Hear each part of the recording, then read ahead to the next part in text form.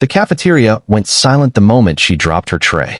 Metal clanged against tile, spaghetti splattered across her blouse, and laughter erupted like cruel thunder rolling through the room.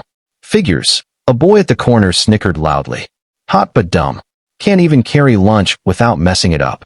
Her face flushed crimson, hands trembling as she knelt to clean the mess. No one moved to help her. Not the teachers, not the students, not even the lunch staff who'd seen worse spills. She bit her lip hard, swallowing tears she refused to let them see. But that was when a deep, calm voice broke through the laughter. "Say that again," the man said, standing just behind her. The room went silent, not from guilt, but from shock. Sofia Torres was used to the whispers. She was the pretty girl who worked at the diner, the one who smiled too easily, laughed too loudly, and sometimes forgot how to pronounce fancy menu items. People saw her makeup and messy bun and made up their minds. She was just a pretty face, good for a coffee refill, and nothing more. The truth? Sofia was a 20-year-old who barely made rent, worked double shifts to pay for her younger brother's school fees, and went to night classes to finish her GED. She was tired, broke, and often too stressed to think clearly. But no one saw that. They only saw what they wanted to see. And today, during her lunch break at the local community college, she became everyone's entertainment. The spaghetti spill, the jokes, the phone cameras pointed at her. She could already imagine the clips online. Hot but dumb waitress fails again. She tried to pick up her tray quickly, praying no one would notice her shaking hands. But then she heard the boy's mocking voice again. "Careful, princess. Try not to trip on your own IQ." Sofia froze. She wanted to disappear. That's when a hand appeared in front of her, offering a napkin. "Here," the man said simply. She looked up. He wasn't a student. He was older, maybe early 30s, with sleeves rolled up and tired eyes that looked like they'd seen too much of life. Beside him stood a small boy clutching a lunchbox. "Thank you," Sofia muttered, taking the napkin. But the man didn't move. He turned his gaze on the boy who had mocked her. His voice was steady, not angry, not loud, but sharp enough to cut through the air like a blade. "Do you have any idea who she is? What she's gone through to be sitting in this cafeteria right now? Do you even care what words like that do to someone who's trying their best?" The boy blinked, caught off guard. The man stepped closer, lowering his voice so everyone had to strain to hear him.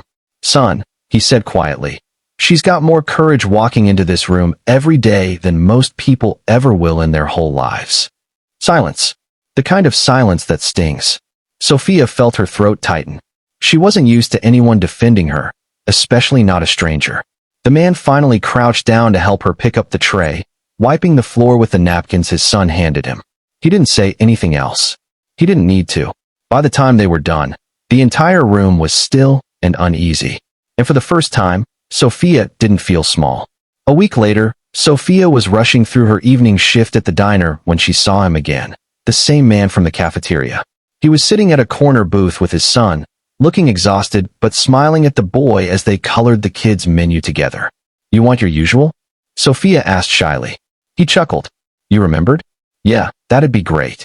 As she took their order, she noticed how worn his hands were, cracked from labor, nails rough from long hours of work.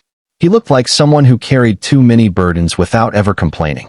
Later, when the dinner rush slowed, she overheard him speaking softly to his son. "Sorry, buddy. No dessert tonight, okay? We've got to save for groceries." Sofia's chest tightened. Without thinking twice, she grabbed a slice of pie, added a scoop of ice cream, and placed it on their table. "On the house," she whispered. The man's eyes widened. "Sofia, you don't have to."